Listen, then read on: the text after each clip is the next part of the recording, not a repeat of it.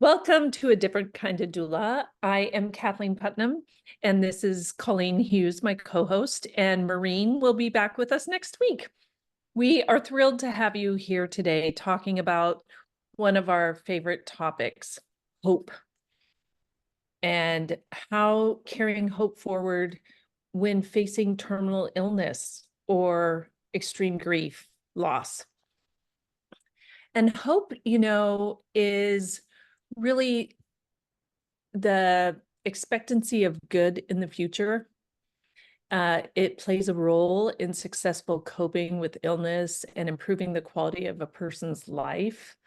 How we see it show up a lot is really feeling like you have a sense of agency around the fears that come up. And the primary one is managing symptoms and pain and suffering. And that's what fuels the type of work that we do, is to reduce suffering for people. That's unnecessary given the tools and the knowledge and the research that we have now. So Colleen, I'm going to hand this off to you now just to add to that. Well, everything you said is true about hope, and there's been so much written about hope, and a lot of research has been done on it. Where I learned from hope was in teaching people who have a terminal illness. Mhm. And it taught me a lot because they were facing their mortality. It was something more immediate. Yeah. However, these classes were anything from 15 to 20 people, and it was a 6-week course, and I called it end of life planning, a living laboratory, because it really went beyond the advanced directives. Mm-hmm. It was really based on a set of reflection questions that I put forth every week for them to kind of wrestle with and pick and choose what they wanted to answer. Questions like, um, have you forgiven anyone you have to forgive, and have they forgiven you? Have you come to completion with your relationships? Have you thought about what you want to do with your body? Some really practical stuff, you know? And Yeah. who do you want to be at your bedside? Things like that. So gave them practical tools to work at, and it really turned out to be a transformative experience for people. I bet. Um, because the reflection questions really are based on 5 areas of what we all have in our lives, which is our physical bodies and our home environment, spiritual practice and beliefs, and our emotions, and and especially life review and legacy. What impact do you have on people? What Mm. I found interesting with this was, and I know you've seen this too, Kathleen, is some individuals have survived chemo treatments. They've survived their chemo treatments and they've gone beyond 2 to 5 years. I actually saw somebody or met someone who had a very aggressive lung cancer that killed my father in 2 years, and they were living 10 years. Wow. And ovarian cancer is another one. And doctors are saying people are extending their lives beyond chemo treatments. So there's some interesting things about this. And what do you do with that? So, but one of the things I have talked about with people is you do what matters most while one can experience the joys of living and loving. So, but I hope love can be challenging too, right? Absolutely. So, from an article on death and dying, I'm going to take a quote. Dying in the 21st century is a story of paradox. Although many people are overtreated in hospitals, still more remain undertreated, dying of preventable conditions and without access to basic pain relief. And I think that that's one of the obstacles for hope, is that sense of isolation or being abandoned. And the way that I want people to think about this is, even if you're a care provider, we all know what it feels like to feel alone and isolated, even though we're in a room with other people. So it's that skill of giving yourself, giving the other person or yourself, if it happens to be you, 100% of undivided attention, and really, really tuning in with what can be done and what can't be done, but that somebody feels seen, heard, and understood. You know, you're experiencing something that no one's been through before, when you're dying. And so that abandonment and isolation can keep people feeling hopeless, experiencing uncontrolled pain. So accessing the healthcare system, trying a new healthcare provider, trying somebody else who can communicate better, who can help you with setting up expectations, who won't shut down ideas when the current plan isn't working. I think not feeling like a healthcare system that you're going to be able to afford it can keep people from accessing care, and then also feeling devalued because you may not be a priority anymore, with a terminal illness on someone's list, or you may just feel that way. So I think it's really important to acknowledge, and I love your questions. The one that I always start with is trying to bring myself and the other person into the moment about what's most important to address right now. What's weighing heavy on the mind right now? What is the most important? And if there's worry about stopping treatment, if you stop treatment, what does the quality of life look like then? And what are you looking for? What are you going for? And if things don't turn out as you hoped, what will you do? And if you don't know what you'll do, what do you think you'll do? So that you really start to be able to ponder these things. And I love the forgiveness and I love the appreciation, because those really help us grasp onto hope. And I'm with you. I learned so much, because I think what happens is we get a view into this person's experience if we're 100% present, and we haven't gone there yet. So to be able to see what comes to the surface for people, and there's good research behind this. Mhm. You named in the beginning some really blockades to hope, the pain, the communication, not communicating directly. I find it interesting though, with hope, it's often equated in medicine with cure. And so it couples with cure. If we can cure you with this chemo, we can give you hope, or we can give you hope by giving you the chemo. And it carries over into our society. They did a study with, excuse me, young people, and they brought this issue up about hope. And they said, well, what if somebody is terminally ill, what kind of hope do they have? And they said, well, the answers were they don't have any hope. They're going to die. There is no hope. There is no cure. They're without hope. So this carries over into our society. And then when you get a terminal illness, if you fall into that with a physician who couples hope and treatment and success, or we can Yep. extend your life, that is. So for some, so hope becomes a challenging area in many ways. So for some, hope means finding a cure for their illness, which when it's not realized, hope then for the best outcome. But when that isn't realized, and I've seen this progression with people, they turn into hope to not suffer at the end. There goes your pain. And my father, when he was offered a second, he had he had the most aggressive lung cancer that one can get. And when he was offered his second chemo treatment, he decided no. And he lived 1 year beyond that. And he had a life of quality because he was able to go out in his garden, he'd prune trees, he would do things that were living. And so the one thing that always comes up, and I had a participant in one of my classes ask this, I don't know when I should stop. She was going through her third chemo treatment. So one of the things is I always go back to is what is the best quality of life? that you hope for? What matters most to you? You mentioned that, Kathleen. And for her, she says, well, in my second treatment, I got better and I was able to go out with a girlfriend for a day and enjoy life. We did a whole lot of fun things. I came home, I spent time with my husband, I called my child who's an adult now, and we had some good quality time on the phone.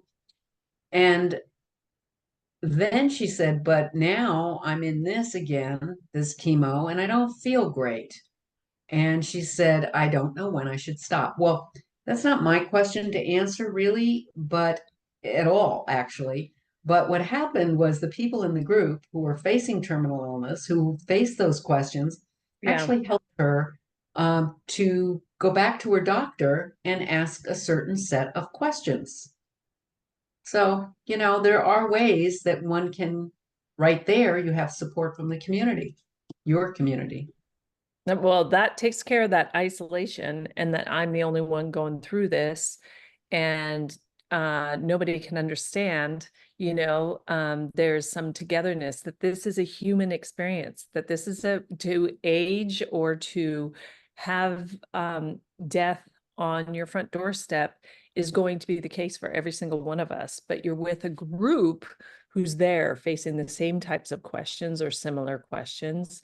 And so that creates that safety for you to be vulnerable and for you to seek that support. I think we are so death and grief illiterate that as a culture that we avoid these topics, or we try to change the topic, or the way that we manage stress is to tell jokes or whatever. So being 100% present for what is. And when you were talking, I was just thinking of the word acceptance.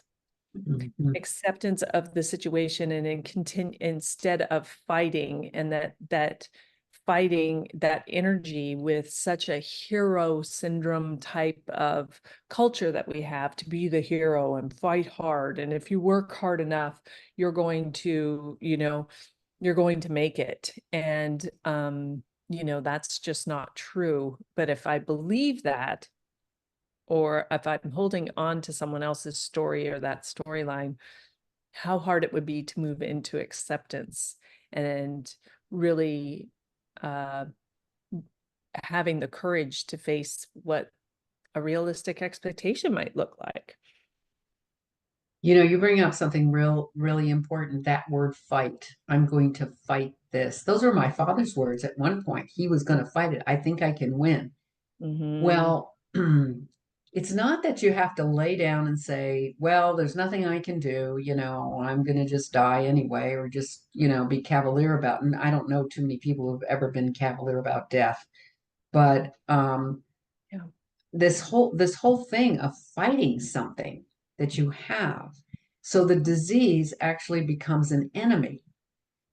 And in many ways, some people who are even philosophical about this will say, it's a friend. It's taught me something about, enjoying life now, dealing with now, taking care of business now, planning the things I haven't said yet to others that I need to say.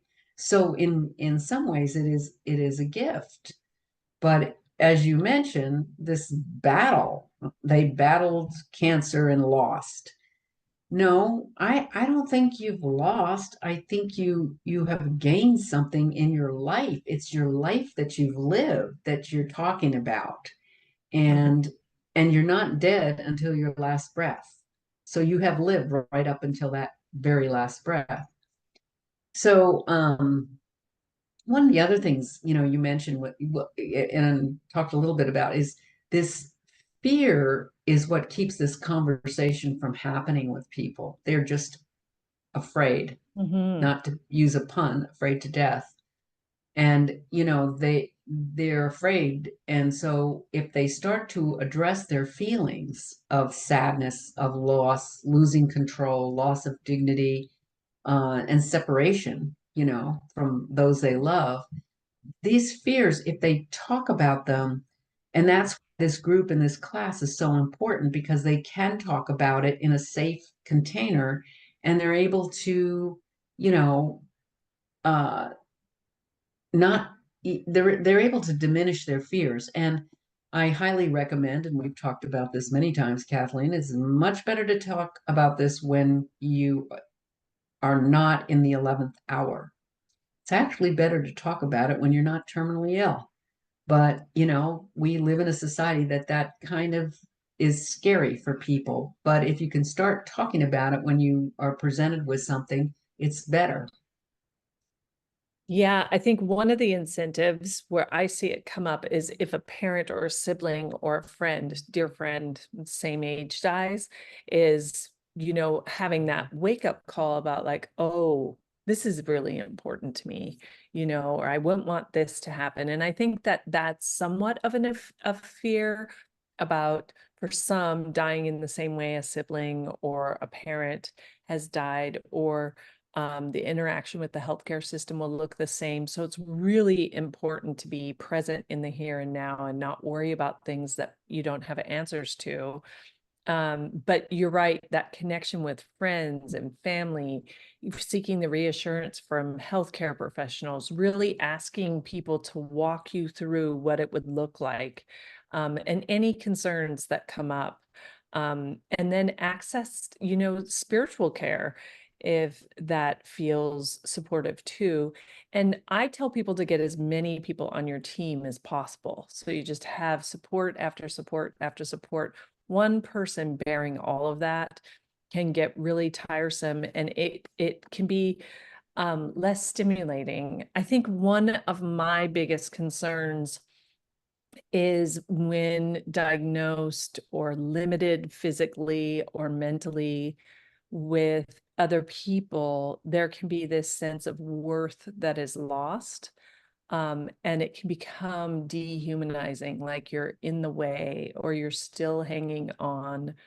And I think it's so important to be present for those who are going through this process. And some fun things, and you have lots of ideas with this, but just noticing where you could be of support, cleaning a Mhm. little bit, making the room look prettier, opening up a window, changing the sheets, lighting a candle. So it doesn't have to be, you cleaning the whole house. And then also laughing and encouraging some lightheartedness that you remember about that person. That could happen with music. It can happen with looking at pictures or watching a show together. And then and just to keep opening the door and invite people to share with you, um, and be present. And I think realizing that that requires us to be grounded, and so doing that, whatever helps you be grounded and present for other people, be sure that you're doing that so that when you show up, that you're creating that space that can be ready for anything. Yeah, and you've talked about some really great interventions that engender hope. And Mhm. one of the things I love is that you have mentioned about making the room look better. The environment is really important, but assistance in looking at giving people choices, and even for healthcare providers to give that individual to value them as an individual and kind of give them choices in their treatment and preferences by giving them enough information and seeing if, saying this is this and this is this treatment, but here's what I think about this one and here's what I think about this Mhm. one. What do you think? Even Yep. that simple phrase, what do you think, can really help. I kind of like the fact that you can get that person involved very early on. Sometimes it's too late, and the people who are caring for them have to make these decisions like you've mentioned. But also there's a whole thing doulas can do, a checklist they can go through, and it's environmental. How do you want your room to look when you die? Where do you want to die? You know, may happen most people want to die at home, may end up in the hospital, but how do you want that to look? Mhm. And so and who do you want there? I mean, these are Yep. things that give the person some, empower them so that they can start to feel like I have some control over how I'm going to die and Yeah. what I'm going to do. And of course, my favorite area is that, you mentioned the fun times too. But I've noticed with people, you talk about life review with them and you start to talk about legacy. What are you leaving behind? You don't have to be a Hollywood star. You don't have to be wealthy. You just have to be you. What impact have you left behind and for future generations? And a lot of times, they don't know what a legacy project is. And so when you start to talk about some of the things they can do, quilting and putting a bunch of your favorite t-shirts together, and you mentioned family albums, and they can do videos, and they can do all kinds of things. Some people do tapestries. They put things together as a tapestry of Mhm. family heirlooms and things like that. I mean, they take pictures of it and then they put things together in a collage. But there's so many things that we can do to put that impact of legacy, in front of them before they die. And so Mhm. I think I think your points are well taken. I mean, those are really important interventions. Mhm. Yeah, and I think the role of a doula, caregiver, family member being on the outside is that there's room and space for some creativity. And I'll just give an Mhm. example of something that just recently happened with one of my folks who's in the middle of chemotherapy that I'm working with. Lovely situation, relatively responding well, supported by the family. That's what's lovely, at home. And said, I'm not sure what to do because I really want to spend time with people, but I also know I need to restore my rest and my health. And especially with family members, I just posed the question, what would it be like to have your daughter come lay in bed with you while you're and ask to take a nap at the same time, that you need Yeah. to rest and that you would like to be in the presence so that you're not missing out on the time with them, but how would it be to take a nap? And being present for one another. And it was like, oh, that would be great. And it would also be great if I, cuddled up in a sleeping bag out on my deck and let myself fall asleep so that I could be breathing fresh air and people could come and go and check in on me and then be able to view the water. And so I think just having simple ideas to help with their ultimate goal of being able to be present for their friends and family and giving people permission to ask for what they need, as well as opportunities to still feel connected with a limited amount of energy. And that's why that what's most important to you really has to um, come up, as well as what's bothering you, what's weighing heavy on your mind, so we can start to wipe the worries off about the future that we don't have any control of, or supporting agency or real practical stuff that we can just do with somebody so that they can feel taken care of and not worried. You mentioned something a little bit back on community, which I think because death is really a community event, not a Mhm. medical event, as Mhm. Barbara Carnes often says. And a client that I have, one of the things that she said to me, oh, maybe a few weeks ago, she said, she says, I really, even in my lowest moments, I have built a community. I have people to surround me, but she's still adding people. And if they don't fit, like some caregivers, like not caregivers, but she has good caregivers actually, Mhm. but like a therapist, for instance, she doesn't think really gets her. Mhm. Um, she can change if it Yeah. can't work out. But I love the fact that she was so aware that community was what was supporting her through this whole thing. Mhm. Kathleen, another thing that happens and what it keeps people from going into hospice when the the Yeah. 2 week signal, 2 weeks before you die, 2 days before you die. It's like, you know, it's the last minute. And people who choose hospice care are not giving up hope. That's what people often think. Yeah. It's if I go into hospice, I'm giving up hope. They're and it's been said in the literature, they're actually redefining it. There may not be a possibility of curing their illness, but they can redirect hope. And here's where life review and all those forgiveness practices and everything comes in. They can kind of, redirect it into mending and restoring relationships with others or spending quality time with those they love, which we have been emphasizing here, and finding peace and comfort. And so you're doing this trade. You're saying, okay, I can't do this, but I can hope for these things Mhm. and do something with that. So I think hope, even though it can be very challenging, there's always hope, but it's not the kind of hope of cure, for instance. Mhm. And sometimes it does happen, or your life is more extended than you ever thought, to give you time to restore those relationships, to build a community or whatever. I think it's so important. So important. And, on that note, you said some people can live on and on, even though they were put on hospice, which does have that criteria of 6 months. So there is some that the expectation is that death will happen within the next 6 months. But we both know many people come off of that service.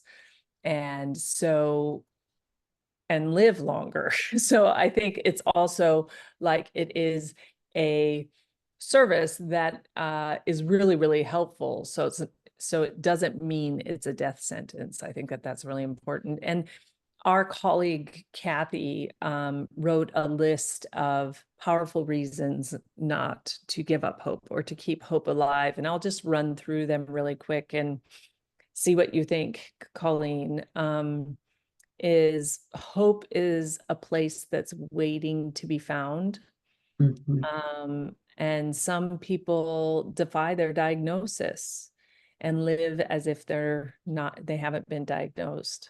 There's always new medical hope. I think we both experienced that with people getting a diagnosis where chemo is initiated and they are living a lot longer, and that the chemo is very targeted, that it's improved and technology's improved, and that acknowledgement and acceptance that we don't know the future and that hope is a decision.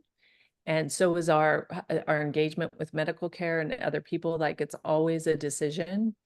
And Mhm. that you can find spiritual hope and that miracles do happen. The unexplained does happen. Those are really, really powerful statements, too. I'm gonna, in our last few minutes before I actually close, I want to read one of my most favorite poems. It's by William Stafford. He wrote this 26 days before he died. Mhm. And excuse me, there's a thread you follow. It goes among things that change, but it doesn't change. People wonder about what you are pursuing. You have to explain about the thread. But it's hard for others to see. While you hold it, you can't get lost. Tragedies happen, people get hurt or die, and you suffer and get old. Nothing you can do can stop time's unfolding. You don't ever let go of the thread. The thread is the story of it ends there. You don't ever let go of the thread, but it's the story of one's life and their values. Mm, And many times in healthcare, the providers just don't get the whole picture there. yeah. I think our time is up, Kathleen, and I'm going to encourage people. Thank you to our viewers, and thank you for supporting us. And keep your questions coming to us. You can go to our Gentle Passage Doula website, gentlepassagedoulacollective.com, and all of our events are listed there. We have an informational webinar tonight you are invited to if you are listening. And we also have our virtual class that's starting next week. And that's going to be very exciting. So it's how to be an end of life doula, and it's an 8-week course. We also run a death cafe every month. We've been doing this, I think we're into our 3rd year. Yep. So it's really exciting. So thank you again from all of us to you. Thanks. See you next week.